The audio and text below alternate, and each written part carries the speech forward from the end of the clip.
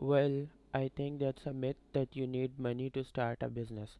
I started Epsom with $48 in 48 hours, which is now doing about $80 million a year. One of the most inspiring entrepreneurs that I know, Noah Kagan, the biggest thing holding him back for making money is making $1. Most people just don't start. You were one of the first. Were 20 employees at Facebook, 30 at Facebook, 30 at Facebook. I work directly for Zuckerberg invented like Facebook status, but it's also a blessing that I got fired super early to realize okay, I'm not in control of my own destiny, so I probably need to figure out what is it I really want to do and how do I get to do it myself. What would be the three biggest lessons you learned? Lesson from getting fired, lesson from just observing Zuckerberg, like what would say your three overall lessons from your whole time there? It was a hard man. I was 10 years of depressed, 10 years depressed after that being fired, but things that I was able to learn, the probably top three things. I'm the one you had, you still build an $85 million business, feeling unworthy, feeling underqualified, and not fully loving and accepting yourself. Is that right? Yeah, I don't know if this is what you were thinking about. No, this is the opposite of literally what I was thinking. We're going to talk about what is the difference between millionaires and billionaires and everyone else. I'd say the most common things. Welcome back, everyone, at the School of Greatness. Very excited about our guest. We have the inspiring Noah Kagan. My man, get us together. Good to see you've been a long time on the internet, been a long time working together, friends together, traveling probably a lot of people, online marketing events together, and just we've been a supporter of one another for almost 15 years. It's been amazing. We were just talking about this, how it's hard to sustain kind of like credibility, authority, and financial success consistently online. We've seen a lot of people come and go who've been like big and make a ton of money, and then you don't hear about them for years, or they have some scandal, or they did some scam or something, or they didn't treat people well. Yeah, and you've been consistent with what you've been doing with sumo.com and everything you've been up to. You've been building your YouTube channel, which has been blowing up for the last couple years, and now you got this amazing book called Million Dollar Weekend, the surprisingly simple way to launch a seven-figure business in 48 hours, and you talk about launching a $85 million business in a weekend. And I want to get to how people can launch, an $85 million business in a weekend in a moment, but I'm curious first what you think are the biggest myths around money and abundance. From everything you learned working with, big companies and other under big CEOs to then launching your own business, what are the biggest myths holding people back and blocking their abundance and wealth? Being rich is great. Let's just start there and people realizing that it's accessible. Like I grow up middle class. I don't know how did you grow up? Yeah, lower middle, and I believe you get born in these kind of areas. We think we're stuck in these areas and we think there's some guru or some that we don't have access to, and realize that we can all get on that level. It's just a first shift that we can recognize, be like I can actually live middle class if I want, and I can be rich, and I can have whatever is I want in life. So let's just start with that, with money. A money myth. I think a lot of people just think we're stuck in these phases. The other thing that is been fascinating is a money myth that I think people that want to get rich is that the best way to get rich is entrepreneurship. It's the best way to get rich. Like if you actually want to make a lot of money, look at all the different ways. Okay, I can do stocks. Okay, I can get a day job. Great, I can maybe do a real estate. Okay, but actually probably the best thing is to start your own business. The upside of the starting your own business is unlimited, and I think when more people realize that everyone should be an entrepreneur, whether you have a day job, whether you just want grocery money, or whether you want weekend money. Being an entrepreneur just provides you one unlimited upset of money, but also just creative freedom that you are fully in control of. I think those are some of the things that it's been an interesting experience in starting my own business, working for Zuckerberg, running app.com, and now helping a lot of people with $1 million weekend, right? The interesting thing is that I love your newsletter. You've got a great newsletter, people. I haven't subscribed, make sure to check it out. But you talked about recent how you have become a real estate investor, but you have lost a bunch of money investing and owning real estate. And there's a lot of different people and talking about these different industries, how you can make a lot of money with stocks, how you can make a lot of money with real estate, how you can make a lot of money with launching a personal brand online, or creating a YouTube channel or podcast, or all these different things, right? They talk about the strategies on making millions doing these things, but you've also done some of these things and lost money, like you've invested in stocks, invested in real estate, and it's more time, more hassle, more stress sometimes, right? And to counteract that, I think, what is what is it, 80% of business fail within the first 5 years. Yeah, it's a lot of work being an entrepreneur. A lot of time people lose money on their business or launching something.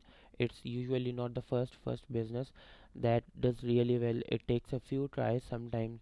So what do you say to people that say talk about these stats of like, well, I've heard about my friend who invested in building their business and they just lost everything, and now I have this fear around that. What do you say to people that see the challenges that businesses have also? Yeah, well, I think that's a myth that you need money to start a business. I started AB assuming 48 in 48 hours, that which is now doing about 80 million a year. And so there's a misconception that you need all this money to be able to actually create these things, and you could start any signal business within a weekend, which everyone, you, me, everyone watching has 52 of them. Why? And you can do something in a weekend to actually see like this is business going to work. And if it doesn't, great, I have another weekend where I can use the $1 million weekend process to create something else. Yeah, what's interesting though is that most of the successful people have most failures. How many things have you started? Yeah, think about it. How many things you have had the link, remember the LinkedIn course, the LinkedIn man, LinkedIn, yeah, the LinkedIn what webinars, where marketing, yeah, all that stuff. I had a sports networking site called sportsnetworker.com, Sports Executive Association. Now all those things actually did okay, but none of them was like some big hit. Exactly, and I didn't love doing them after a certain period of time. They were great for a reason, but not for a long lifetime, yeah. So I transitioned out of a lot of things that weren't like big things after a period of time, and that weren't my vision or the thing I wouldn't to spend my time doing so. But you learn a lot of things through those failures. Exactly, you can learn by doing these businesses that didn't work out, and you swing, you experiment, and you're like, I want to try doing lawn care, right? I want to try being a content creator. I want to try an e-commerce business. I want to try a service business. I want to try a creating software business, whatever it is. And they keep adding up, and you keep swinging, you keep practicing that leads you to the school of greatness, publishing your times with seller. But that's all these little experience that you are in the arena doing these business experimenting, and then getting to that point where you're going to have success. Now what's been the most shocking thing, this is the most shocking, is that when people want businesses, and everyone should be an entrepreneur, whether you want to make money, a million, or whether you want to make grocery money, there's a lot of fear that passive income on the side, weekend money, things like that. Yeah, yeah, and Even in the real estate, you are commenting on real estate. The best real estate business is not to own real estate, it's to be a property manager or a cleaner of real estate. My property manager makes more than I do, and you own all these properties. I don't. And they are not appreciating like people always appreciate. They are not appreciating, they are not cash flowing, and then I get problems like I had a leak yesterday. Last week I had to do an HOA. Had a new roof. You got to spend an extra 10-20 grand, and guess who's actually making all the money? The property manager, cleaner. And so there are other ways of being starting your own business where you don't have to put up a lot of capital, take a lot of time and a lot of risk. You don't have any risk. Everyone should be an entrepreneur, which I do believe everyone should be. What's holding people back? There's so many YouTube videos, that there's so many Udemy courses, there's so many books out there. So what is holding people back? What are those key things holding people back from making more money? As an entrepreneur, from the biggest thing holding him back for making more money is making $1. So this has been the shocking thing and the most surprising thing. As I was putting together the book with TRAZ, most people just don't start. And so you started what? How many years ago did you start swinging? 2008? Yeah, you got. I got out of 2007. I started like researching and trying stuff online, but 2008 is when I made my first $100. And I remember being blown away when a guy wrote me a check of $100. I was helping him kind of for an hour redo his LinkedIn profile and kind of give him some tips as a friend. He was actually kind of a mentor of mine. Uh, Still, his name is Frank Ain. And afterward, he just wrote me a check and said, "This is yours." And I was like, "You'll pay me for this?" And he goes, "Yeah, you have no idea how many leads and customer I'll get from what you taught me." And I go, "Really?" It's like, wow. I had a big odd moment. I was like, oh, maybe I like help people, other people with their LinkedIn profile. Exactly. Let me try to get more clients. Did that. Let me try to charge more. Let let me try to make a book out of this. Let me try to make a course out of this. Keeping going through the path, and I learned through fail, success, all that sort of stuff. I got fired very early, and it was such a blessing. Yeah, I lost a lot of money, but this tell me this story, because you were one of the first. What, 20 employees at Facebook, 30 at Facebook, number 30 at Facebook? Yeah, how many employees they have been? 1 lakh, 1 lakh, something like that. You were a number 30. Yeah. How long did you work at Facebook for? About 9 months. Since 9 months, and I got fired. And the thing I was going to say about starting in other people is that was a huge realization that you can do a job can be taken from you, and what you can do then, and that doesn't mean you have to have a big entrepreneurship business, but get started. So one day if you want to do it, great. If not, at least you have that option, right? And so that's a whole story where I worked directly for Zuckerberg, invented like Facebook status, the thing that now is Twitter and Facebook. That was something I come up with, and it was probably one of the best experiences I've ever had in my life. I loved it. There's a lot I've learned from him, and we put a lot in the book. But it's also a blessing that I got fired super early to realize that I'm okay. I'm not in control of my own destiny, so I probably need to figure out what's it I really want to do, and how do I get to do it myself. Yeah, you see a lot of companies right now laying off thousands of employees at a time, right? Big companies that are like laying off people, and these employees could be doing great work, but they are just like, oh, we you need to cut down cost. Yeah, so you need to be thinking about that. Hopefully you are able to provide value with the company you are at, but also be thinking, what are the skills that keep developing on this side as well. Yeah, one of the breakthroughs in getting started, we talked about a myth was that there's so many ordinary people getting rich. We talked about income. A lot of people ordinary get rich.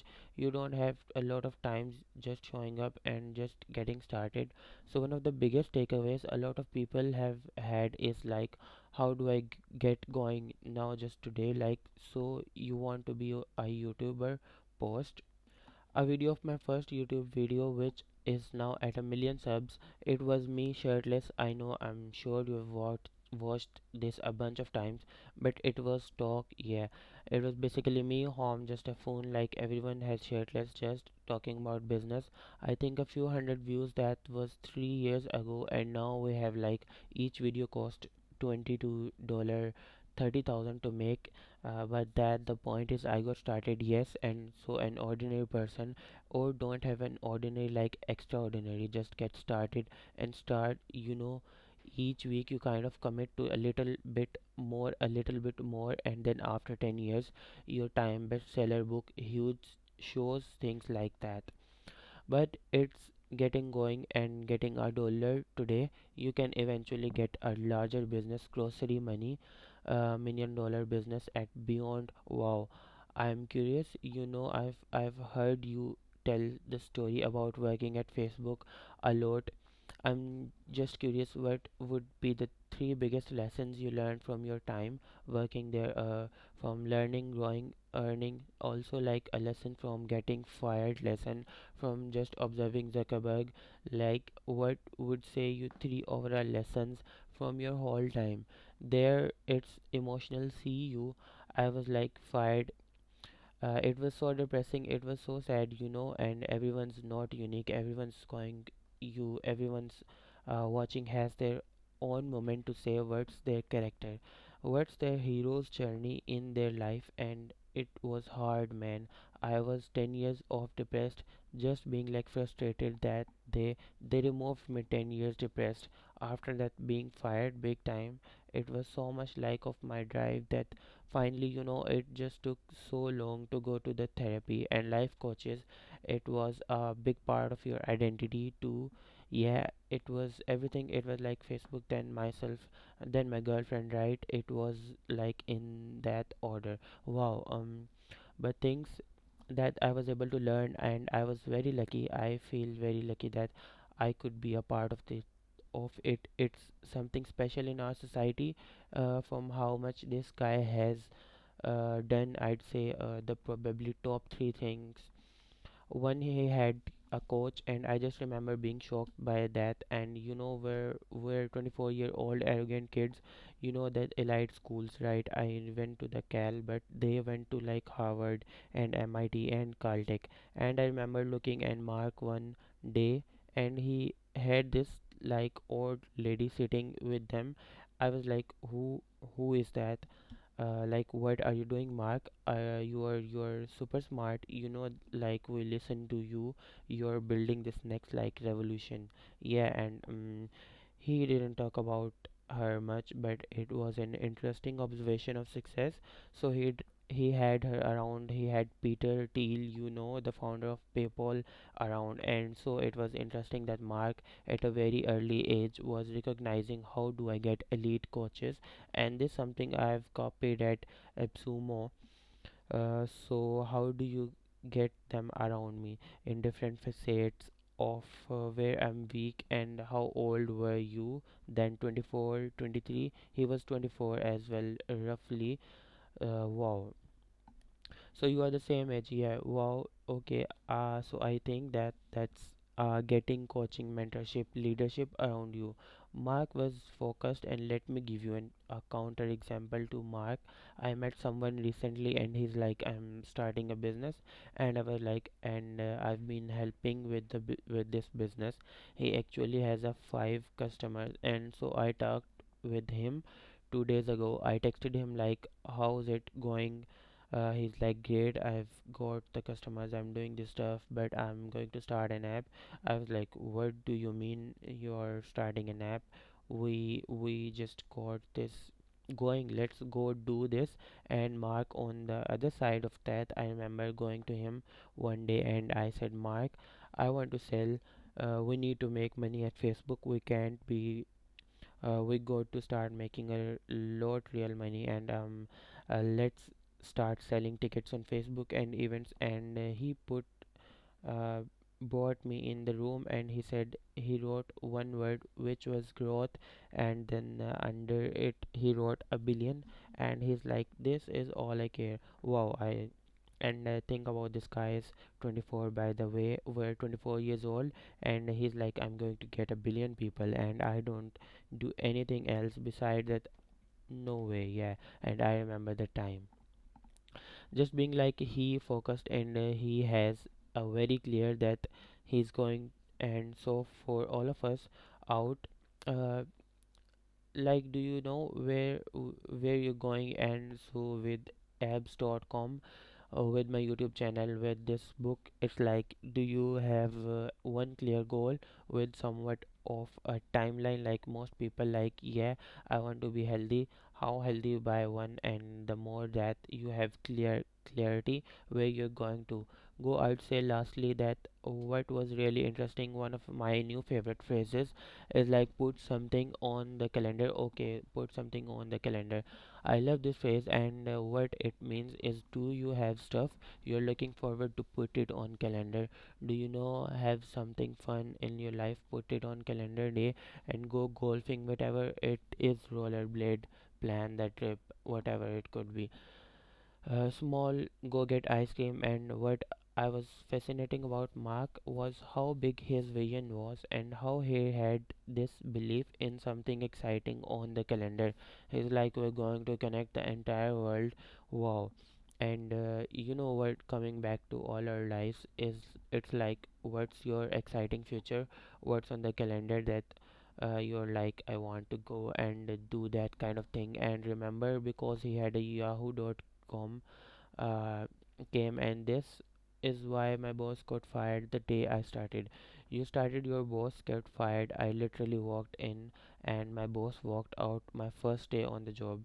And what was fascinating though is, Mark was like, yeah, Yahoo just offered me $1 billion. Imagine someone be like, I'm gonna offer you $1 billion.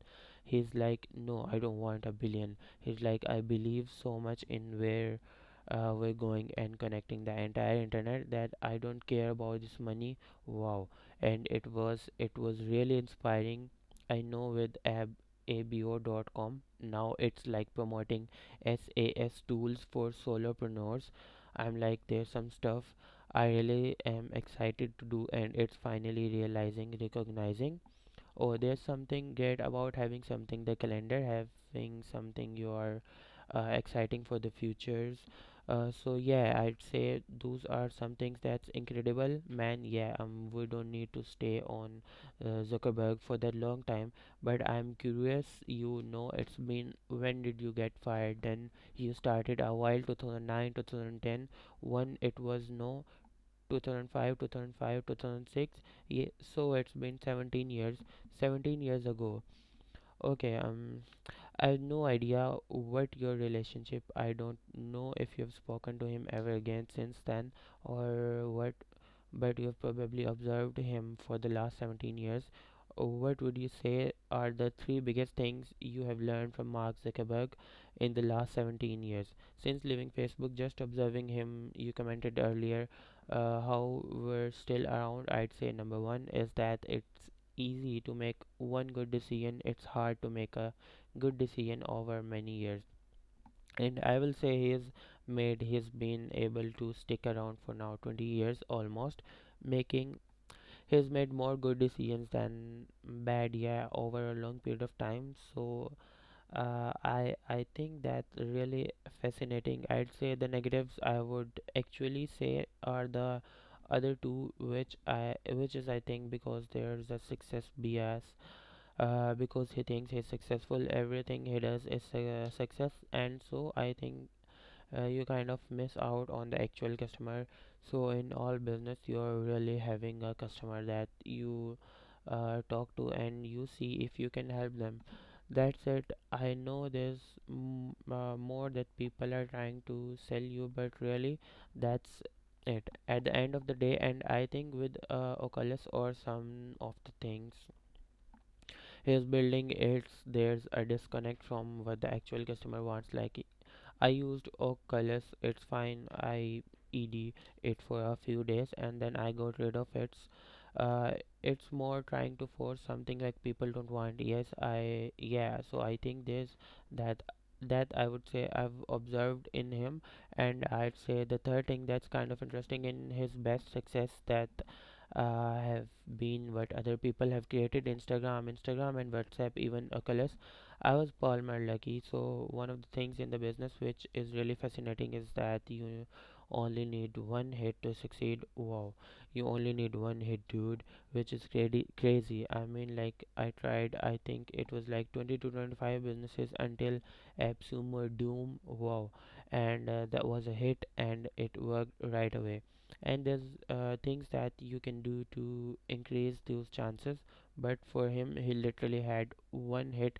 It worked. It was a big hit though, and it was a massive hit. Yeah, it's a massive hit, but I think then you have the attention, the leverage, the relationships where you can acquire or bring other people under your umbrella.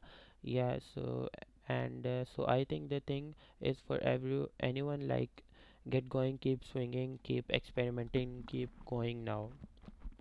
Just one hit and you can have either the business or the relationship or whatever is you want in life. But kind of have to be playing the game and you have to be in it. Who's the most inspiring entrepreneur today in your mind that inspires you? I would say Bezos to me is like the epitome of just like entrepreneurship. And also it might sound strange, I also really admire that he gave it up a little bit, that he stopped. Well, there's this kind of drive in society, and I've interviewed a lot of billionaires on my channel, and a lot of them seem unhappy. Really, they seem unhappy. Like I tried to get all this money and I sacrificed my family. Since my family, we asked one of the questions like, was it worth it? Do you regret it? Or almost I can read between the lines, and there's only a few. John Paul D from Patron was the one. I was like, okay, this guys, his content, his seems to be a kind of person, a kind person, and not to knock any other people. And maybe they have their own definition, just my own observation of it. And I think with the factor that he was so unique in how he approached business in a lot of different ways, like the customer first mentality that he had versus founder first, which is what Zuckerberg's doing. He was customer first. How we thought about business models, where he had one business model which is e-commerce, but he's like, maybe I can take the things we're creating international internally, like AWS, create another product, create Kindle. He was willing to fail. So many of us are afraid to failure. That's why in the book the whole first section is how do we more comfortable failing. Wow, and making it fun. And then as well, I respect. I mean, know with him and his wife. Don't know about that. That's private stuff, but I do respect it. Does it does seem like you look at him now? He's like, yeah, I've worked really hard. I want to go to space and I want to relax and enjoy my life with my new partner. And I think there's something admirable where I think most people are like, well, I got to keep making more because that's the expectation of me. Even though he is one of the richest people in the world, he doesn't need to make more exactly. And I think it's admirable that he's like, I'm going to pass this on because this is where I'm done at this point, and maybe I'll come back or not. So I think people like him. There's a guy I interviewed recently, Larry Janeski. I just like these people that they work on something for a very long period of time and they seem content, and they're like, I like what I'm doing. I'm doing it for a long period of time and I get a balance making money, because I think there's this idea you have to only make money and not live. And that's why I left Silicon Valley, because I was like, I don't want to care about how many employees or how many funding or how big a business is. I want to be able to live life. Right. So I think Larry Janeski, he has a $600 million basement business. Like I texted him a few weeks ago. He's like, I did the Baja 1000, and then when I interviewed him for the show, he's not on his phone the whole time. He's hanging out, running like a nine-figure company. Wow. So those are kind of people. I think it's longevity. I think it's balance of life. I think it's their approaching things. And not and they're okay failing in these things. Yeah, that's fascinating. I love the content when you put it out, because it's always like you want a private jet of some stranger that you like ask, I can come in your jet, interview you, or you on the street fighting billionaires and billionaire. I am curious, what is the difference between millionaires and billionaires and everyone else? Every billionaire has a few different things, but I'd say the two most common things between millionaire and billionaire. Most billionaires picked one thing, just one thing. Let's just quote, I mean, Bob Manef, Ethernet created the Ethernet, pretty big deal. John Paul D. He created $2 billion companies, hair care and pattern tequila. Michael Herdner did ships, and all of them just have one thing that they focused on. And most of us are like, well, I'm going to do real estate, and I'm going to do a little content, and then I'm going to try an e-commerce business. I'm going to have seven passive income streams. Yeah, I don't. And so for me, as I've gotten older and I'm only doing AppSumo, it's like I have a book, well, my girlfriend and our baby, that's number one. And then it's like AppSumo number two, my business. And then yes, I get to do YouTube, which I love making content similar to you. I have a book where I'm teaching and other people how I did what I did. Yeah, and I love that. They did one thing. I think the second thing that's probably not recognized is they're in billion-dollar markets. They're in billion-dollar opportunities. So what's a billion-dollar opportunity? Honestly, this is going to sound silly, but like lawn care, how many lawns are out there? You have a lawn.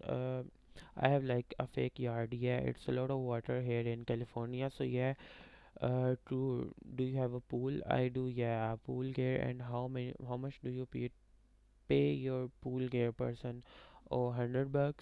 uh, it's a weekly, yes, so $400 a month, yes. So that's dollar 5,000 a year.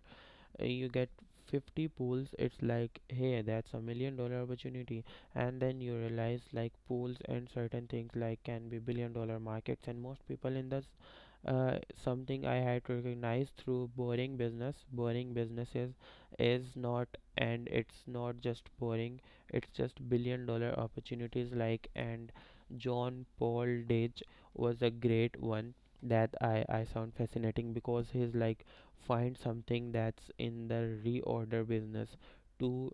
So not just a business dollar market like shampoo $1 billion market, but people need to buy your product over and over and over again. So I think there's something fascinating. Is it a $1 billion market? Is it a product that people need? Like pool care doesn't have to be just be tech. I come from the tech world, but there's a lot of different businesses out there to creating, like you can make money in a lot different ways, and that's been also fascinating with talking to all these people.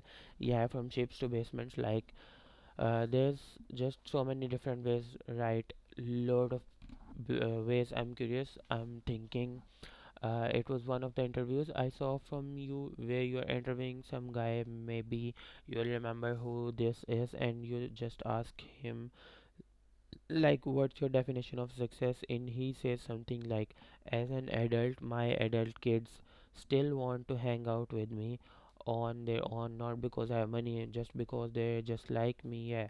And I was like, man, that really hit me. And I don't know was that from one of your the founder of FedEx, the founder of FedEx, Kinkos Kos. Yeah. So do you remember what that was, or what the question was? I don't know if that was the exact question or what he said, but do you remember that? Yeah, I remember him.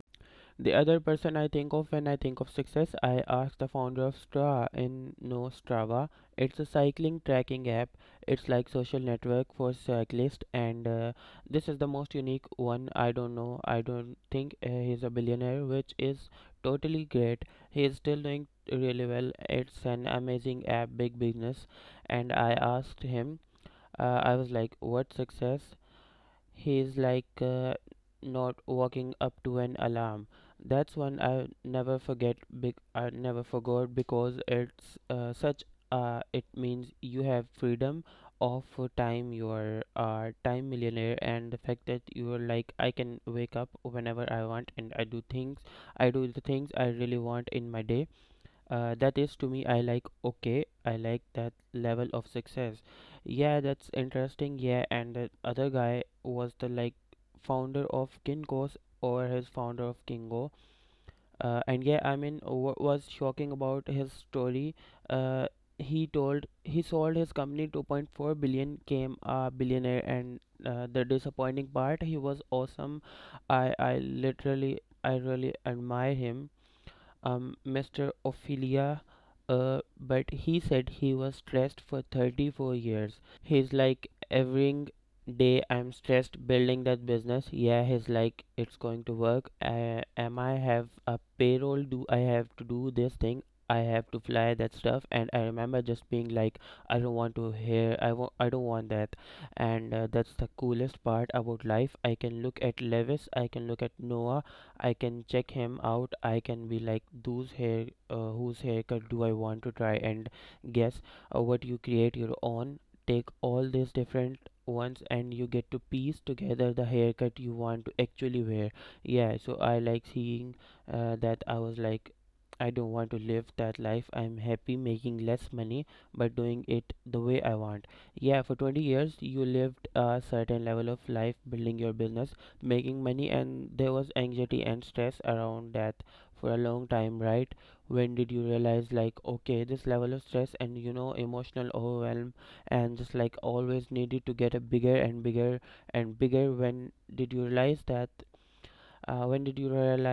no longer works for you and that you wanted to shift it? Yeah, maybe you knew from the beginning it doesn't work, but you were still doing it. But when you did, you realize, okay, this is not how I want to live the rest of my life. Yeah, what I for me, I'm 41, and I think you have to be stressed in your 20s. If you there's a part of stress that's good. It's not always a bad thing. I think you had the book out. There's a out upside of stress. So in 20s you're figuring out your life, and you're just working your, you don't know really what's happening. And then your 30s you're kind of little more clear, like, okay, I like maybe YouTube, I like promoting products. And then your 40s, you're, for me, I find it calm, and that just take times to find out who we really are, and be patient with some process that eventually we figure it out. And for me, I would say, is when I finally found more peace. Really, yeah, when most people found more stress, you found peace. Why did it?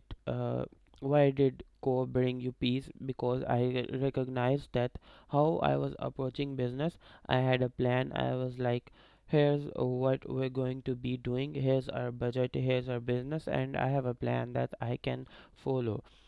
So that was part one, and part two was, I didn't really like how I was living. I was engaged, and it didn't work out. Yeah, I had my business partner. I had a line. He was wreck. He said to me, he's like, are you getting what you are getting, or are you getting what you want from the relationship? Yeah, not for a business partner. He's a great shout out, Chad. He's amazing. from the so you engaged. Maybe there were some ups and downs, you weren't like fully clear. Yeah, yeah, let me ask you that question. Yeah, are you getting what you're giving? Are you getting what you want? And what was the answer? I'm not getting what I want. And that's really hard, right? I think most of us, this is the thing I've noticed about advice, especially watching interviews and interviewing people. Most of us know the truth that they know we know our truth. It's just hard, and we don't want to accept it. Yeah, and everything that has courage, like I did common now, but I did it years ago, and courage to me was I was afraid of it. UHU, but I did it anyways, and then I was still scared. And there's a whole crazy story about this. But coming out of it, I was like, oh, I realize I can do hard things, and all of us can do hard things, but we have to face the hard thing. Yes, and we all have it in us. And so for me, with the breaking up with this fiance, which was tough, and I knew what that like that was probably one of the more bigger regrets in my life, that I didn't do it sooner because I wasted her time, wasted my time. Yeah, try. It was 2 years of just like back, and everyone's gone through this. It's not unique for me, but it was 2 years of okay, let's try to make it work, but I know I'm not really good for you, and I don't feel good about myself. And so it was like eventually when co happened, that was that was kind of our we had some issues. I went down and I was like, I can do this. I'll like I can spend it. Was the specific thing I thought was like, do I want 40 more years of this? Oh man, yeah. This that was it. Was tough, and it's interesting. I asked myself a question in the in a previous relationship before. I think Esther Perel said something like, "Can you see yourself having 10,000 meals with this person? Like, if you are going to have 10,000 meals with a person, do you see yourself enjoying those meals, having fun, or is it more stressful?" Yeah, and I mean all that added up. I mean, even doing like this book $1 million weekend or YouTube and stuff, that nothing was wrong. But she is not for with our relationship. She did not get excited like, I want to go to YouTube. Yeah, I like attention, and my partner now with the MAF, she's like, go on YouTube, have fun with Lewis. Like, she's, and for me that worked. My actual find a partner that's better. And so with co, it was like having a plan of business, breaking up with the fiance. And then I think the other part was kind of interesting, is experimenting with the life doesn't SC with the business. It's an experiment, it's all an experiment, it's a game. Yeah, and I experimented just different ways of living. I experimented finally living kind of rich, like I had money, I never enjoyed it really. Yeah, I think we're all taught that money can buy happiness, and that you're like, if you know how to don't, you shouldn't be buying these things, and don't live this way. And most of the ones who are showing that stuff are actually probably not that don't have the money for it. I'm poor, but like the probably don't have the money, right? Most poor people don't, most rich people don't even to be posting about it, right? And so I rented my Malibu beach house. I rented a lake outside the Austin. I started doing this. I got like an RV for a month, and I just kind of like drove around and like hung out the RV. And I was like, wow, having some nicer space to live makes me feel a lot better. And so those kind of things led me in a direction where single for while started doing dating coaches, had a business plan that was executing for AppSumo. So I fell in control of business, and then I felt like I'm actually going to start taking care of myself. And then I also felt like I can take care of others. Then uh, to, as I was feeling better for about myself, and that I think the past 3 years I felt much, just been much calmer. What is money and relationships taught you about when you have been in a relationship that you weren't fully sure of was going to work out? What was your views around money during that time? Were you more anxious of stress? Were you more abundant of thinking? Like, where were you at with money? It's easy to be abundant when you have money. I'll tell you that it's hard when you, and that's most people, they are struggling with money. That's why I'm like, let's talk about entrepreneurship, because that's a way of you can changing your situation, which everyone can do. And I had a friend who said, no, you're here and you're here, where you want to be, it's actually closer than you think. It's CL. I was like, really? Like, yeah, it's much closer than you think. Thought it was a bigger gap. I thought it's a gap. I thought there's something I don't know. I thought there's something outside and something. I think we're both, as we've gotten older, it's all inside. Yeah, just being kind of like, hey, it's okay. Yeah, of course, okay. Now with my ex, it was not that there was a good or bad thing about money. It was just how we treated each other. With like, I didn't really spend a lot of money on myself. So what did you do with your money, because you were making money every year? Was it just compounding in a bank account? Was it in stocks? What were you doing? Yeah, my father built his own business and then lost it to drugs and alcohol, and it was sad. Like, that's definitely for me.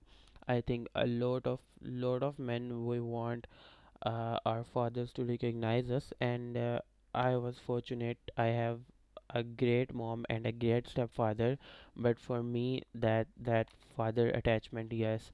And I think with growing up with Jewish parents, Candy, like, we're taught to be very frugal, we're taught to be very practical, and it's just like, go make money, and that thing versus like, all right, how do you enjoy life? And I think with my ex, it wasn't, she kind of made me feel bad about it, like, why don't you spend money? Or we go to the airports, like, $5 for a bottle of water. I'm like, I'm going to go to the bathroom and drink from the faucet, like, and like, I'm just like, $5, it's five, I don't care. And there's still times, but over time you start spending in different things. Like, I bought a fancy Jaguar. I had so much regret on it. Yes, you did. Oh yeah, I hated it, I dude, oh man, it was the worst, because I don't care about nice cars. I have a 2004 Miata. I just got a new Vesa. There you go, Vesa. I do have I have a model. Why? But it was not important to me, and I think that was interesting, where she wasn't. And for you, both of us, she wasn't like, hey, she was like, you're being cheap. I was like, okay, you know what kind of deflated versus like, hey, why don't we you want to try to spend these things? Can we rent it for a day night? Right right uh, so I think there's a way of actually being more positive to each other with money, right? Wow.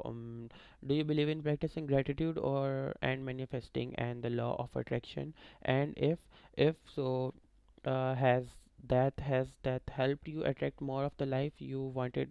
I'll tell you the part that's counter initiative for me.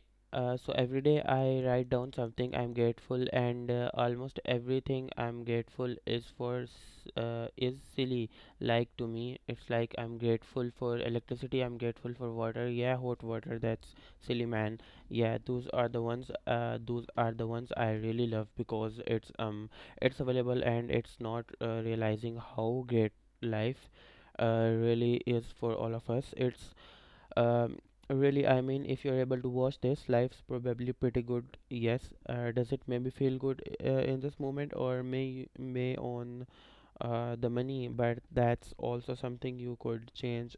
In terms of having candidly, I always felt worthy of what of like having certain things like having a wife or having partner or having a kid. And even with Facebook and stuff like that, I felt like, well, Zuck fired me, I'm not worthy of having a business. Really? Yeah, I felt like, oh, this guy knows something better than I don't. And I think of a lot of us feel that way, like, oh, these other people have these things, I actually worthy of this stuff. And how do we know? You talk about gratitude, and vegan, I talk about uh, everyone can spend more time just being grateful for themselves. And how do we just actually give more kindness to ourselves? So one thing that I work on anytime I'm kind of criticizing myself, it's like, all right, let's say one nice thing, and they kind of what's crazy is you do that enough times, like criticize nice things, criticize, and we are literally the meanest people in the world to ourselves. Like, you know that your worst friend is yourself. And so how do you change that relationship over time? And now it's just kind of like throughout my day I'm like, dude, good job, like, hey, you hung out low, great job. And the more that we start doing these things, I think that's a way that, yes, you can manifest other things, but it's just really how do we work on being nice to ourselves. And that's really helped over time. So it sounds like you were pretty self-critical, and you didn't feel like you had self-worth or feel like you were worthy of for a long time building AppSumo. Yeah, but you still built an dollar 8.5 million business, feeling unworthy, yeah, uh, feeling underqualified and not fully loving and accepting yourself. Is that right?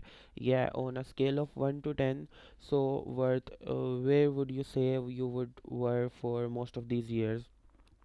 The first 10 years of building AppSumo, yeah, one being you have very little self-worth and don't believe you are deserving of any of it, money, the success, the love. And the 10 being you are deserving all of it. When were you for most of the those years, literally until probably the past year is very is just very low. Like it's still, let's talk about the book. No, this is a good man, probably until literally like 2 years ago. Maybe 4 3 threes, 4 threes and fours. Yeah, like I was getting partners that liked me just because that's what I got. And then with AppSumo, I think I had this fear I'm going to ruin this business, so I tried to pass it off and not to do it. And even with this book, I had to go through my own journey of, okay, I'm going to hire the one of the best business writers in the world, and I don't have to face myself. And what when all of us face these hard things in life, whether it's writing a book, whether it's a relationship, whether it's starting putting yourself out there a little bit, and you face some of the fears and you start just even the smallest things, you're like, maybe I'm worthy, maybe I can do these things. And with AppSumo, with the previous CEO quit and I came back to work, I definitely was like, I'm ruining this business, I'm messing. And I did make a lot of mistakes, but I just stayed with it and I had a great people around me. And so over time now I'm like, and I get feedback, one of the easiest things anyone can do to improve right now.